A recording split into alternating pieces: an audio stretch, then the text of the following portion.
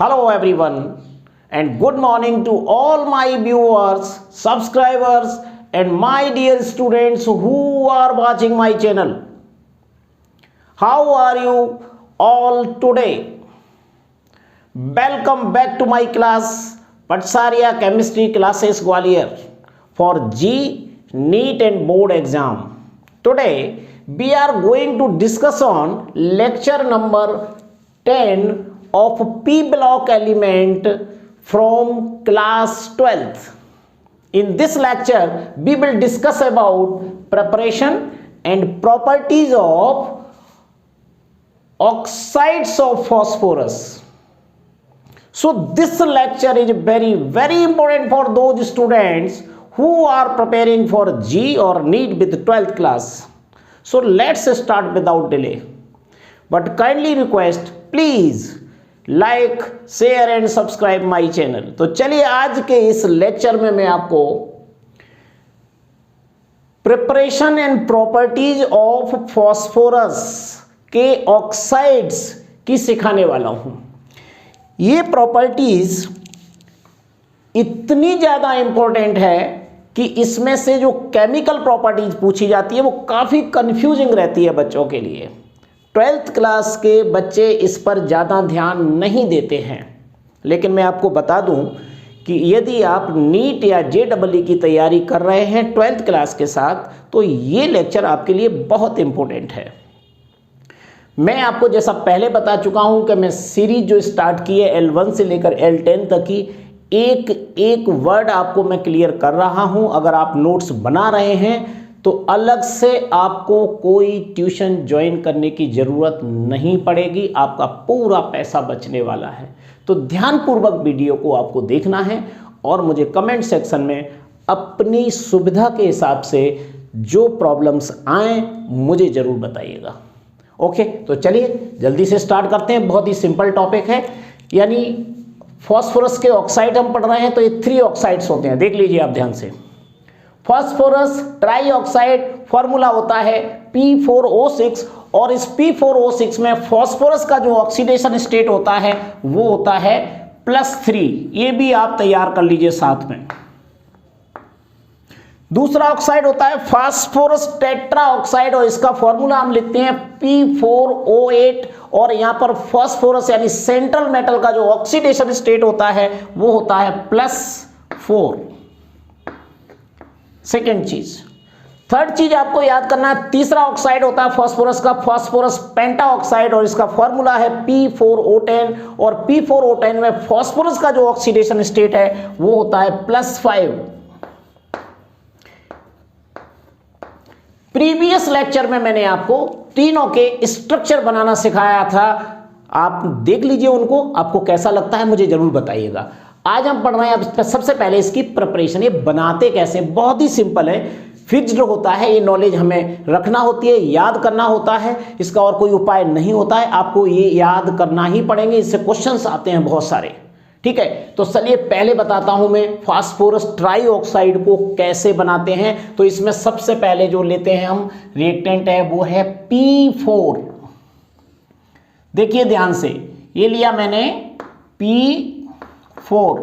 ये P4 क्या है, ध्यान रखना। रेड फास्फोरस होता है, व्हाइट फास्फोरस होता है, तो अलग अलग एलोट्रॉप्स होते हैं फास्फोरस के, जो मैंने सबसे स्टार्टिंग के लेक्चर में आपको बता चुका हूं। यहां पर मैं बात करूंगा जो फास्फोरस यहां पर लिया जा रहा है ये फास्फोरस कैसा है। तो ये आपको ध्यान रखना है, ये फास्फोरस है व्हाइट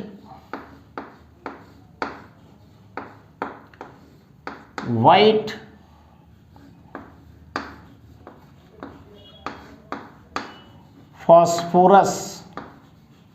ये व्हाइट फास्फोरस मैंने लिया और इस व्हाइट फास्फोरस की रिएक्शन कराते हैं हम ऑक्सीजन से।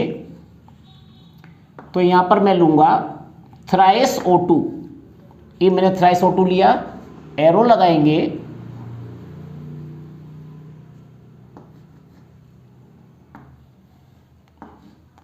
एरो पर लिखना है आपको LIMITED limited supply of oxygen, ये आपको जरूर लिखना है। Phosphorus is reacted with oxygen in the presence of limited supply of air. Oxygen से जो रिएक्शन करा रहे हैं, इसको मैंने एयर के रूप में लिखा है, तो या ऑक्सीजन या एयर लिख दीजिए, लेकिन लिमिटेड सप्लाई यहां पर लिख रहा हूं।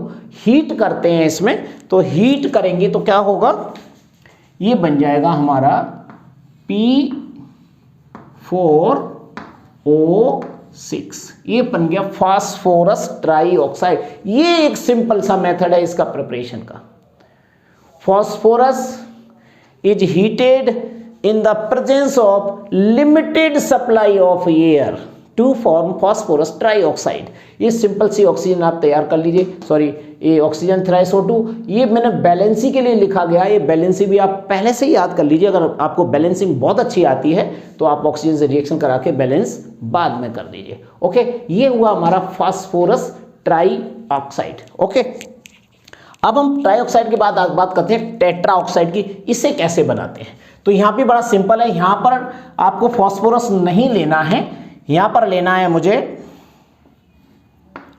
P4O6। ये जो बना है इसी का नहीं लेना है कि मैं यही बना रहा हूं इसलिए लिया गया है, और मैं ये बता रहा हूं आपको कि ये फास्फोरस ट्राईऑक्साइड लेना है मुझे। और फास्फोरस ट्राईऑक्साइड को हीट करेंगे, इसको हीट करते हैं। यहां लिख रहा हूं मैं आपको एब्सेंस ऑफ एयर, ये विशेष बात है। एयर की एब्सेंस में इसकी रिएक्शन कराते हैं और टेम्परेचर लिया जाता है यहां पर 210 डिग्री सेल्सियस। इतने डिग्री सेल्सियस पर इसको हीट करते हैं तो ये बनेगा P4O8 और साथ में यहां पर देखते हैं क्या और निकलता है, तो ये फास्फोरस और निकल जाएगा। अब बैलेंसिंग रही बात, तो बैलेंसिंग कर लेते हैं अपन। तो ये ले लीजिए 4P4, तो यहां पर बन जाएगा 3P4O8 और 4P, ये बन गया 4 चौक 16, 4 × 12 और 4 16। ऑक्सीजन कितने हैं, ऑक्सीजन और बैलेंस कर लीजिए 6 चौक 24 और 8 × 24। बैलेंसिंग करके देख लिया करें, अगर बैलेंसिंग में थोड़ी बहुत गलती भी हो जाए तो आप उसे बाद में बैलेंस कर लिया करें। लेकिन देख लीजिए, अब यहाँ पर ध्यान दीजिए, यहाँ पर लिया मैंने P4O6 यानी फास्फोरस ट्राईऑक्साइड और बन रहा है टेट्रा ऑक्साइड। यहाँ पर 4 मॉलिक्यूल लिए थे, यहाँ पर 3 मॉलिक्यूल, लेकिन फास्फोरस इसमें यहाँ बाहर निकलता है। ये रिएक्शन एब्सेंस ऑफ एयर है, ध्यान रखें यहाँ लिमिटेड सप्लाई ऑफ ऑक्सीजन या एयर था, यहाँ लिख देता हूँ ऑक्सीजन और एयर। और ये जो निकल रहा है इस पर भी ध्यान दीजिए, ये जो बनता है वो होता है रेड पी, यानी रेड फास्फोरस है। जो बनता है वो क्या है, रेड फास्फोरस है। ओके, यहाँ पर मैंने कौन सा लिया था, व्हाइट फास्फोरस लिया। तो ये भी आपको दिमाग में रखना है, क्योंकि कॉम्पिटिटिव अप्रोच के क्वेश्चंस हैं, फिक्स्ड केमिकल नॉलेज है, इसे आप अपने मन से बिल्कुल भी नहीं करना है। तो ये आपका बन गया क्या, फास्फोरस टेट्रा ऑक्साइड। बस इसके अलावा कुछ इसमें याद नहीं रखना है। नेक्स्ट देखिए, अगला आपका पार्ट है ये फास्फोरस पेंटा ऑक्साइड कैसे बनाएंगे। तो इसमें भी आप देखिए, मैं लूंगा यहाँ पर P4, ये P4 भी जो है ये वाइट फास्फोरस है, ये आपको नॉलेज होना चाहिए, वाइट P है। और इसकी भी रिएक्शन हम कराते हैं ऑक्सीजन या एयर से, और ये लिखेंगे हम 5O2, एरो लगा दीजिए। तो ये कन्वर्ट हो जाएगा P4O10 में, ये बन गया। देखिए यहां पर आपको याद रखना है, यहां पर जो ऑक्सीजन या एयर हम लेते हैं, एक्सेस ऑफ एयर याद रखिए, एक्सेस ऑफ एयर इसमें यहां पर हीट करेंगे, इसमें भी एब्सेंस ऑफ एयर हीट करेंगे, या limited supply of oxygen air करेंगे। देखिए तीनों रिएक्शंस में बैलेंसिंग भी अपने आप हो गई है, इसमें और एक्स्ट्रा याद करने की कोई भी जरूरत नहीं। 3 प्रिपरेशन मेथड हैं, तीनों ऑक्साइड्स के, बहुत ही सिंपल है दिखने में, आपको याद रखना है। ओके, चलिए अब आप बात करते हैं प्रॉपर्टी की। प्रॉपर्टी भी बहुत सिंपल है। प्रॉपर्टी में आपको याद नहीं रखना है कि इनकी फिजिकल स्टेट क्या है, इनका कलर कैसा है, सॉल्युबिलिटी कैसी है, ये पेपर में नहीं आते हैं, इनको तैयार करने की बिल्कुल भी ज़रूरत नहीं है, ये केवल नॉलेज के लिए, तो आप बुक में कहीं से भी पढ़ सकते हैं। मेन इसकी केमिकल प्रॉपर्टी होती है जो हमारे NCERT सिलेबस के अकॉर्डिंग है, वो ही आपको तैयार करना है। तो सबसे पहले मैं आपको बता रहा हूँ यहाँ पर फास्फोरस ट्राईऑक्साइड की प्रॉपर्टी की बात करते हैं। तो फास्फोरस ट्राईऑक्साइड ले रहा हूँ मैं यहाँ पर सबसे पहले, या ऐसे लिख दीजिए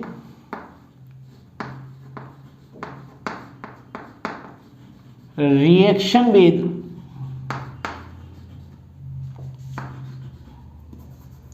कोल्ड एंड हॉट वाटर। ये रिएक्शन आपको पढ़ना है, दोनों रिएक्शन इसमें होती है, हॉट वाटर से भी और कोल्ड वाटर से भी।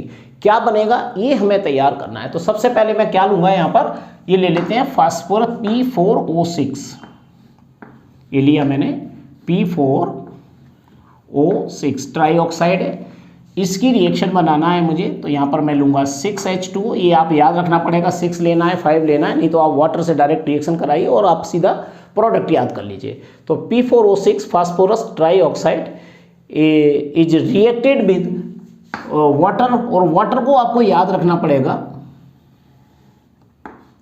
ये कोल्ड वाटर लेते हैं हम पहले, COLD, कोल्ड H2, बस कोल्ड लिख दीजिए। वाटर कैसा लिया जाएगा, कोल्ड वाटर के साथ रिएक्शन कराएंगे, तो ये बनेगा H3PO3, ये बनता है। अब H3PO3 के कितने मॉलिक्यूल बनेंगे, यहाँ पर P कितना है, 4 है, तो ये बन जाएगा 4H3PO3, और बैलेंसिंग के लिए आपको हाइड्रोजन देखना है, तो 4 3 जा 12, तो यहाँ पर 12 हाइड्रोजन है, ऑक्सीजन यहाँ पर देखिए 6 है और 6 12 है, तो यहाँ भी आपके 12 हो गए। इस तरीके से आप बैलेंसिंग करके जरूर देख लिया करें। अगर बैलेंसिंग में गलती हो भी जाए तो कोई दिक्कत आपको बिल्कुल नहीं है, आपको ये याद रखना है क्या बनता है, इसका नाम है फास्फोरस एसिड। ओके, ये बन गया आपका। अगर इसी की जगह में क्या लेता, दोबारा दूसरी रिएक्शन देख लीजिए, P4O6 प्लस 6H2O, यहाँ भी मैंने वाटर लिया, लेकिन वाटर कैसा होगा, यहाँ पर मैं ले रहा हूँ हॉट वाटर, यहाँ पर हॉट वाटर के साथ रिएक्शन करा रहा हूँ, तो देखिए दोनों प्रोडक्ट बदल जाते हैं। यहाँ पर बनेगा H3PO4 phosphoric acid plus phosphine भी इसमें बाहर निकलता है, इसे एक और नया कंपाउंड बन गया, तो इसलिए बहुत ज़्यादा इंपॉर्टेंट माना जाता है। तो यहाँ पर फास्फोरस एसिड नोट कर लीजिए, ये फास्फोरिक एसिड है, साथ में फॉस्फीन भी बन रहा है। बैलेंसिंग के लिए क्या करेंगे, यहाँ पर 3 मॉलिक्यूल, और चेक भी करेंगे हम उसे, 3 मॉलिक्यूल मैंने यहाँ पर लिए, तो हाइड्रोजन कितने हुए, 3 3 जा 9, और 3 यहाँ पर हैं, तो कितने हुए 12। यहाँ भी देखिए 12 हाइड्रोजन है। ऑक्सीजन देखिए यहाँ पर 6 और 6 12 हो रहे हैं, यहाँ भी ऑक्सीजन देखिए 4 3 जा 12 है। फास्फोरस की संख्या दोनों तरफ बराबर है, 3A है और 1A है। बैलेंसिंग करना भी इसी के साथ साथ में, कोई दिक्कत इसमें नहीं है। 2 रिएक्शन आपको तैयार करना है, कोल्ड वाटर के साथ एंड हॉट वाटर के साथ। एक में बनेगा फास्फोरस एसिड और एक में बनेगा फास्फोरिक एसिड। ओके, ये 2 रिएक्शन आपको इसमें तैयार करना है। मैं नाम लिख देता हूं इसका, ऊपर वाले का तो बता ही दिया, इसका नाम लिख रहा हूं फास्फोरिक एसिड। ये फास्फोरिक एसिड बनेगा, बहुत ही इंपॉर्टेंट नेम है, इसे तैयार कर लीजिए। अब बात आती है हमारी P4O6 की, ये किस किस के साथ रिएक्शन, इनके नंबर डाल देता हूँ, इससे आपको याद रहेंगे। ये नंबर 1 है और ये नंबर 2 है, ये 2 रिएक्शन इसमें होती है। इसमें एक ही रिएक्शन आपको तैयार करना है P4O6 की, तो देखिए इस एक रिएक्शन को यहाँ पर मैं 1 नंबर डाल रहा हूँ, ये लिए आप P4O8। ओके, और इसकी रिएक्शन मुझे किससे कराना है, ये भी वाटर के साथ रिएक्शन कराना, नहीं हाइड्रोलाइसिस। यहाँ पर हॉट वाटर या कोल्ड वाटर ऐसा कोई नाम नहीं लिखना है, केवल वाटर के साथ हाइड्रोलाइसिस हो रहा है। तो C4O8 प्लस 6H2O, गिब्स लगाइए, यहां पर क्या बनेगा, इसमें दो एसिड का मिक्सचर बनता है, तो वो क्या क्या बनेंगे, एरो मैंने यहां लगाया तो ये बनेगा H3PO3 प्लस H3PO4, ये दोनों बने, ये 2 मॉलिक्यूल इसके और 2 मॉलिक्यूल इसके। बैलेंसिंग अपन देखेंगे कहीं गलती तो नहीं हो गई। तो देखिए एक फास्फोरस एसिड बन रहा है, दूसरा फास्फोरिक एसिड बन रहा है, दोनों का मिक्सचर बनता है। बैलेंसिंग ठीक कर लीजिए, 2 और 2 4 हो रहा है फास्फोरस, यहाँ पर हाइड्रोजन है 3 2 जा 6, 3 2 जा 6 यानी 12 हो रहा है, ऑक्सीजन है 8 और 6 14 और यहाँ पर हो रहा है 8 और 3 4 6, राइट हो रहा है, करेक्ट। ये हमारी रिएक्शन है, इसका नाम याद कर लीजिए, इसका नाम है फास्फोरस एसिड, फास्फोरस एसिड। इसका नाम मैंने ऊपर बता दिया है अलग अलग करके, एक फास्फोरस एसिड का बता दिया, एक फास्फोरिक एसिड का बता दिया। तो कितनी इंपॉर्टेंट रिएक्शन है, हम ऐसी छोटी छोटी रिएक्शन को छोड़ते चले जाते हैं कि ये तो सिंपल है, कौन याद करेगा, वैसे ही याद बनी रहेंगी। लेकिन इसमें कितना कंफ्यूजन है कि जब आपने फास्फोरस ट्राईऑक्साइड लिया तो देखिए हॉट और कोल्ड वाटर में अलग अलग एसिड बन रहे हैं। यहाँ पर आपने हाइड्रोलाइसिस किया तो कोल्ड और हॉट वाटर जैसा कोई नाम नहीं है, केवल हाइड्रोलाइसिस है, वाटर के साथ रिएक्शन है, केवल यहाँ पर रिएक्शन कराएंगे तो दोनों का मिक्सचर बनेगा, यानी फास्फोरस एसिड भी बनेगा और फास्फोरिक एसिड भी बनेगा। अब आगे चलते हैं, इसमें भी क्या देखते हैं, फास्फोरस पेंटाऑक्साइड में कैसी रिएक्शन होगी। तो रिएक्शन नंबर 1 देखते हैं। सबसे पहले ये लिया मैंने P4O10 फास्फोरस पेंटाऑक्साइड, इसका भी मैं हाइड्रोलाइसिस कराऊंगा 6H2O, गिब्स लगाएंगे। गिब्स के बाद इसमें केवल और केवल फास्फोरिक एसिड ही बनता है, जिसमें देखिए दोनों अलग अलग बनते थे, इसमें दोनों का मिक्सचर बन रहा है, इसमें केवल फास्फोरिक एसिड बनेगा, तो वो होगा H3PO4, ये बनता है H3PO। तो बैलेंसिंग जरूर देखना पड़ेगी आपको, कितने मॉलिक्यूल यहाँ पर लेना है। तो देखते हैं यहाँ पर 4 मॉलिक्यूल बन सकते हैं, मैं चेक करूँगा, 4 3 जा 12 और यहाँ पर 12 हो रहे हैं, फास्फोरस 4 हैं, ऑक्सीजन 10 और 6 16 है और यहाँ पर ऑक्सीजन 16 है। देखिए ये बन गया। बैलेंसिंग करना कोई कठिन बात नहीं होती है, आप याद करके भी जा सकते हो। कॉम्पिटिटिव अप्रोच में हमें ऐसी बहुत सारी रिएक्शन करना होती है। पी ब्लॉक एलिमेंट बहुत बड़ा है और हमारे सारे के सारे पी ब्लॉक में जितने भी ग्रुप हैं हमें सभी तैयार करने होते हैं। तो एक रैपिड रिवीजन के लिए आप अगर यहाँ पर सीख रहे हैं तो इस सिस्टमैटिक इसके अलावा कुछ नहीं आता, क्योंकि सिलेबस के अकॉर्डिंग ही क्वेश्चन पूछे जाते हैं और जो मैं आपको बता रहा हूँ इसके बाहर कुछ नहीं आता है। आप 12th का एग्जाम दे रहे हैं तो आपकी तैयारी कंप्लीट हो रही है। अगर आप JEE का एग्जाम दे रहे हैं, चाहे मेंस हो या एडवांस, जिस टॉपिक में से मेंस में से क्वेश्चन आते हैं मैं मेंस बताता हूं। अगर एडवांस में क्वेश्चन बन सकता है तो उस पर बात करेंगे, नहीं बन सकता है तो मेंस का ही तैयार करना है आपको, राइट। इसमें एक रिएक्शन आपके लिए और इंपॉर्टेंट है, वो बहुत पूछी जाती है, वो रिएक्शन नंबर 2 देखिए, इसमें हीट का निशान लगा देते हैं, हाइड्रोलाइसिस कर रहे हैं। रिएक्शन नंबर 2 देखिए, रिएक्शन नंबर 2 में मैं लिख रहा हूं किसके बारे में, फास्फोरस पेंटाऑक्साइड के बारे में। Act as an dehydrating agent, यानी ये डिहाइड्रेटिंग एजेंट की तरह भी काम करता है। तो देखिए यहां लिख देता हूं, act as an excellent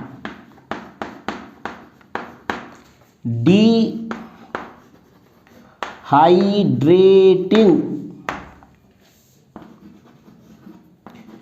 agent. ये मैंने पूरी बात लिख ली, इससे आप भूल ना जाए मेरी सुनी हुई बात को। Act as an excellent dehydrating agent, यानी ये डिहाइड्रेटिंग एजेंट के रूप में काम करता है। अगर किसी एसिड की इससे रिएक्शन कराएं तो उससे वाटर मॉलिक्यूल एलिमिनेट हो जाएगा और उसका ऑक्साइड बन जाएगा। अभी मैं इसकी रिएक्शन बता रहा हूँ, देखो ये कैसे होती है रिएक्शन। यहाँ देखिए ये लिया मैंने 2HClO4, ये है परक्लोरिक एसिड HClO4, और इसकी रिएक्शन मैंने कराई प्लस P2, ये पूरा ही लिख देते हैं, P4O10 गिब्स। तो इसमें से वाटर मॉलिक्यूल निकाल देगा ये P4O10, तो बन जाएगा Cl2O7 प्लस ये वाटर मॉलिक्यूल के साथ जुड़ जाएगा तो बनेगा P4O10.H2, राइट। ये इसका क्लोरीन का ऑक्साइड बन गया और इससे रिएक्शन कराने पर तो एक अच्छा एक्सीलेंट डिहाइड्रेटिंग एजेंट भी है। तो इस टाइप से हमारे फास्फोरस के ऑक्साइड की हमें ये प्रिपरेशन और ये प्रॉपर्टी तैयार करना है। प्रीवियस वीडियो यानी कल वाले लेक्चर नंबर 9 में मैंने आपको इसके स्ट्रक्चर बताए थे P2O3, P2O4 और P2O5 के, जिसे मैंने P4O6, P4O8 एंड P4O10 के रूप में लिखा है। वो स्ट्रक्चर तैयार कर लीजिए और कौन कौन से ऑक्साइड बन सकते हैं नाइट्रोजन के, फास्फोरस के, आर्सेनिक के, एंटीमनी के, मैंने क्रम से वीडियोज आपको दिखाए हुए हैं। तो आज के इस लेक्चर में इसको तैयार कर लीजिए। नेक्स्ट लेक्चर का इंतजार कीजिए कि आपकी बुक के अकॉर्डिंग कौन सी हेडिंग आती है, उसी हेडिंग के अकॉर्डिंग मैं बढ़ रहा हूँ। इसमें हमें कुछ छोड़ना नहीं है। आप शॉर्टकट के चक्कर में कुछ छोड़ नहीं देना। ये चीज़ें जो हैं मैं पेपर में जो क्वेश्चंस आते हैं पिछले 20 से 30 ईयर्स में, आज JEE बोलते उसके पहले AIEEE के रूप में भी क्वेश्चन होते थे, अलग अलग स्टेट्स के क्वेश्चंस होते थे। मैं सभी को देख करके मैं ये आपको देता हूं कि कहीं आपका क्वेश्चन मिस ना हो जाए। तो आपको थ्योरी करना पड़ेगी। ऑब्जेक्टिव केवल अकेले करने से तो आपका काम बिल्कुल भी नहीं चलेगा।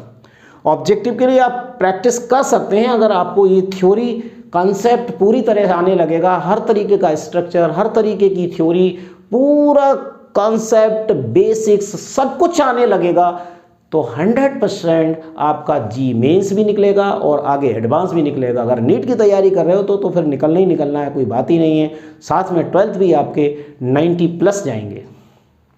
लेकिन अगर आप कंप्लीट लेक्चर को नहीं देखेंगे या डिफरेंट टाइप के आप लेक्चर देख रहे हैं अलग अलग केमिस्ट्री के टीचर्स के, तो भी कंफ्यूज हो सकते हैं। तो आप अपने आप डिसाइड कर लीजिए पहले बहुत सारे चैनल्स को देख करके, जो टीचर आपको अच्छा लगे उसी के लेक्चर्स को आप नियमित देखिए। मैं ये नहीं कहूँगा कि आप दूसरे टीचर्स को मत देखिए या मेरे ही लेक्चर्स देखिएगा, आप किसी को भी देखो, लेकिन कुछ कंटिन्यूस देख लो कि ये टीचर हमें सिस्टमेटिक और सारा कोर्स पढ़ा रहा है, तो उसी हिसाब से आप आगे बढ़ते चले जाएं।